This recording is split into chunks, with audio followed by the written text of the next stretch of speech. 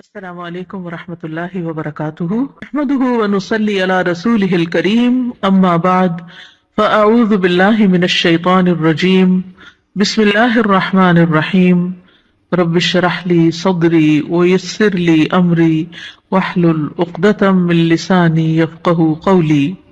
حیض سے پاکیزگی حاصل کرنے کے بعد اگر خاکی یعنی براؤن یا زرد یعنی یلوش پانی خارج ہو تو دوبارہ غسل کرنے کی ضرورت نہیں۔ ان ام عطیہ رضی اللہ عنہا قالت كنا لا نعد القدرة والصفرة بعد الطہر شیئا، رواہ ابو داود۔ حضرت ام عطیہ رضی اللہ عنہا فرماتی ہیں حیض سے پاکیزگی حاصل کرنے کے بعد خاکی یا زرد رنگ کے پانی کو ہم کوئی اہمیت نہیں دیتی تھی۔ اسے ابو داود نے روایت کیا، یعنی آپ اپنے مقررہ ایام پر پاک ہو گئی، نہائی، نماز پڑھی، اور پھر کچھ گھنٹے گزرنے کے بعد یوں معلوم ہوا کہ یلوش ڈسچارج پھر ہوا ہے تو اس کو کنسیڈر کرنے کی ضرورت نہیں، اب دوبارہ نہانے کے لیے زحمت نہ کرے۔ حیض سے پاکیزگی حاصل کرنے کے لیے بیجا عجلت اور بیجا تاخیر دونوں سے کام نہیں لینا چاہیے۔ بیجا عجلت کا کیا مطلب ہے کہ انڈیو جلدی، یعنی ہے کب پاک ہوں گی، کہیں نماز نہ چلی جائے، کہیں روزہ نہ چلا جائے، اچھا نہا لی، پھر دیکھا کہ ابھی تو نہیں پاک ہوئے، پھر نماز چھوڑ دی، پھر روزہ توڑ دیا، پھر نہا لیے، تو یہ کھیل نہیں بنانا چاہیے اس کو۔ اسی طرح بیجا تاخیر کے پاک بھی ہو چکے ہیں لیکن نہائی نہیں رہے، محض سستی کے مارے کہ اچھا ایک دو نمازیں اور چھوڑ لیں، آرام کر لیں، تو ایسا نہیں کرنا چاہیے۔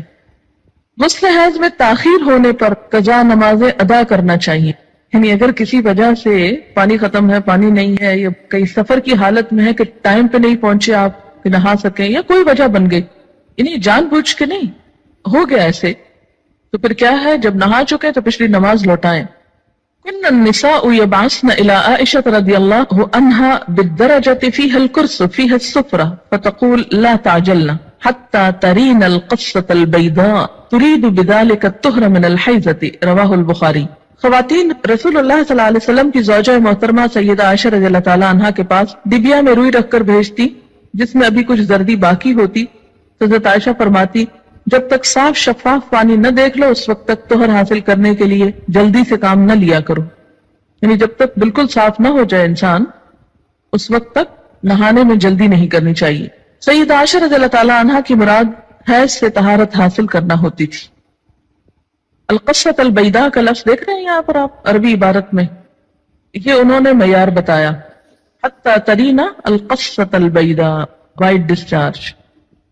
قتادہ سے روایت ہے کہ انس ابن مالک رضی اللہ تعالی عنہ نے ان سے حدیث بیان کی کہ ام سلیم رضی اللہ تعالی عنہا نے رسول اللہ صلی اللہ علیہ وسلم سے پوچھا اگر عورت خواب میں دیکھے وہ جو مرد دیکھتا ہے، آپ نے فرمایا جب عورت ایسا دیکھے تو غسل کرے۔ ام سلمہ رضی اللہ تعالی عنہا نے کہا کہ مجھے شرم آئی، میں نے کہا ایسا کیا ہوتا ہے، یعنی عورت کو بھی احتلام ہوتا ہے؟ رسول اللہ صلی اللہ علیہ وسلم نے فرمایا بے شک ایسا ہوتا ہے، ورنہ بچہ عورت کے مشابہ کیوں کر ہوتا ہے؟ آپ نے فرمایا مرد کا نطفہ سفید اور گاڑھا ہوتا ہے جبکہ عورت کا نطفہ پتلا اور زرد ہوتا ہے، دونوں میں سے جو بھی غالب آ جائے بچہ اسی کے مشابہ پیدا ہوتا ہے۔ اسے مسلم نے روایت کیا ہے۔ منی خارج ہونے پر غسل واجب ہو جاتا ہے۔ غسل جنابت میں پہلے دونوں ہاتھ دھونے چاہیے، پھر طہارت حاصل کر کے وضو کرنا چاہیے۔ عن عائشہ رضی اللہ عنہا ان رسول اللہ صلی اللہ علیہ وسلم كان اذا اغتسل من الجنابة بدأ فغسل يديه قبل ان يدخل يده في الاناء ثم تودأ مثل وضوئه للصلاة، رواہ مسلم۔ حضرت عائشہ رضی اللہ تعالی عنہا سے روایت ہے کہ رسول اللہ صلی اللہ علیہ وسلم جب غسل جنابت کرتے تو برتن میں ہاتھ ڈالنے سے پہلے دونوں ہاتھ دھوتے، پھر نماز کی طرح وضو کرتے، پھر غسل فرماتے۔ اسے مسلم نے روایت کیا ہے۔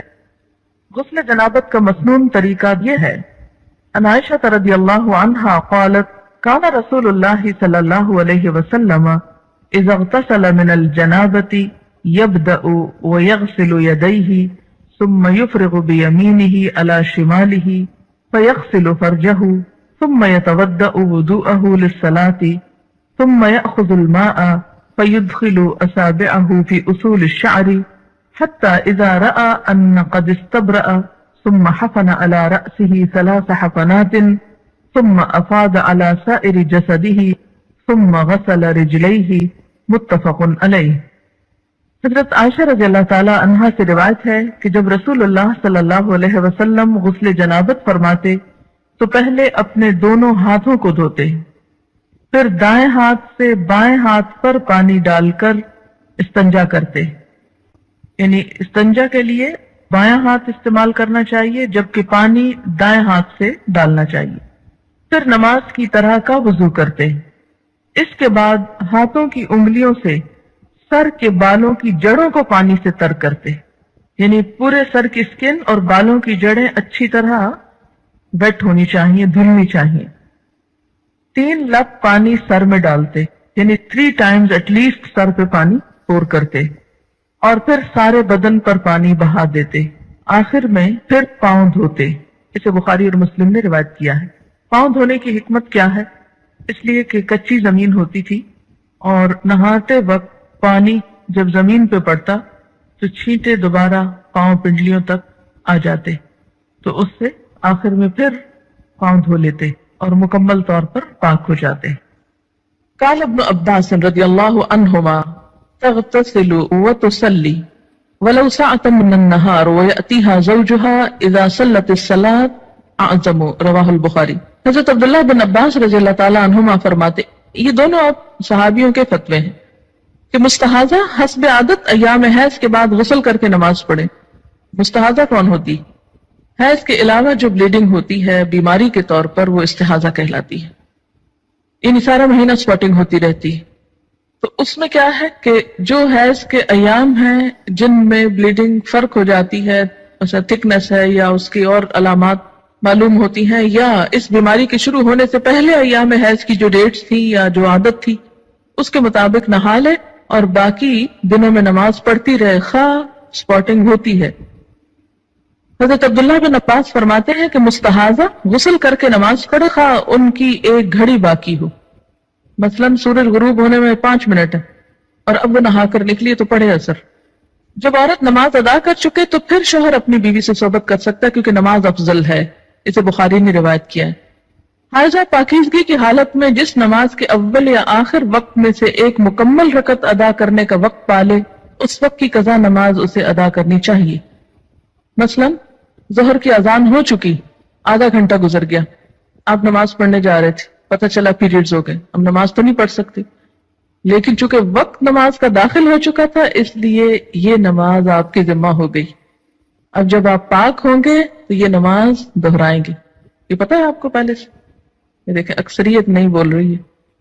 اس سے اندازہ کریں کہ ہم اپنے دین کے فرائض کو کس حد تک جانتے ہیں اور ہمارے بڑوں نے ہم کو کیا بتایا، اور اگر ایسی باتیں کلاس میں کی جائیں تو پھر یہ شرم و حیا کے خلاف۔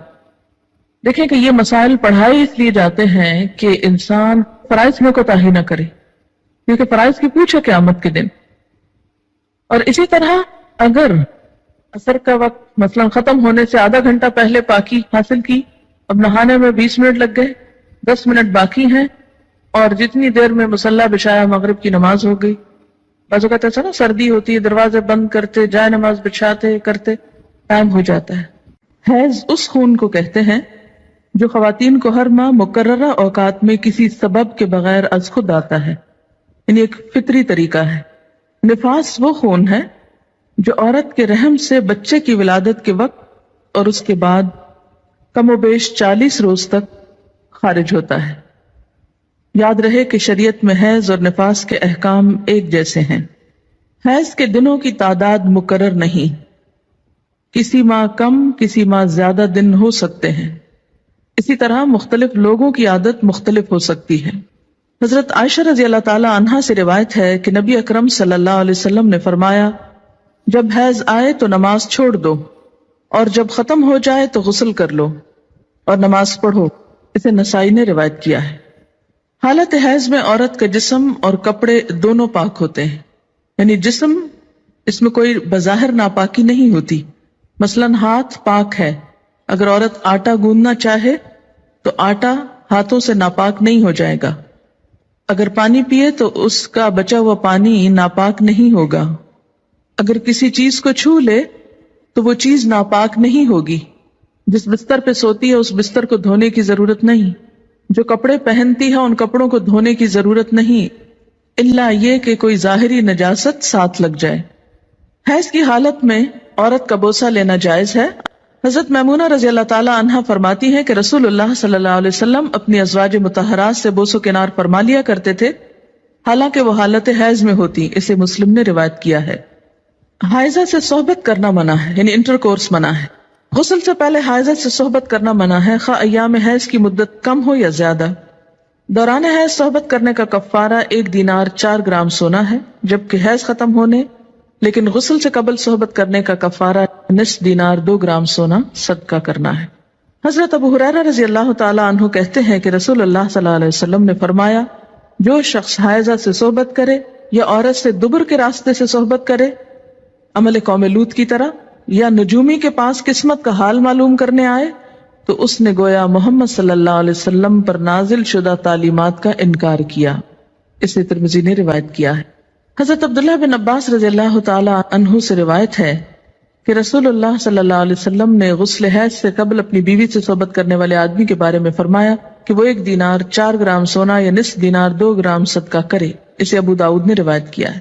اس سے دراصل عورت کے حقوق کو پروٹیکٹ کیا گیا ہے، کیونکہ عورت اس حالت میں بیماری کے زیادہ قریب ہوتی ہے صحت کی نسبت، اور کئی قسم کی میڈیکل کمپلیکیشنز کا بھی احتمال ہو سکتا ہے دونوں کے لیے، اس لیے منع کیا گیا۔ اور صدقہ اس لیے رکھا جاتا ہے تاکہ انسان اس ڈر سے کہ پیسے جائیں گے، کیونکہ پیسے کا جانا زیادہ تکلیف دہ ہوتا ہے بعض اوقات، یا پینلٹی یا جرمانہ یا فائن کہہ لیں، تو اس لیے یہ ایک طرح سے روکنے کا سبب بنایا گیا۔ حائضہ طواف کے علاوہ باقی سارے مناسک حج ادا کر سکتی ہے۔ باقی مناسک حج کیا ہیں؟ مثلا احرام پہننا، اسی طرح عرفات جانا، مینا جانا، کنکریاں مارنا، یہ تمام چیزیں درست ہیں، لیکن طواف نہیں ہو سکتا۔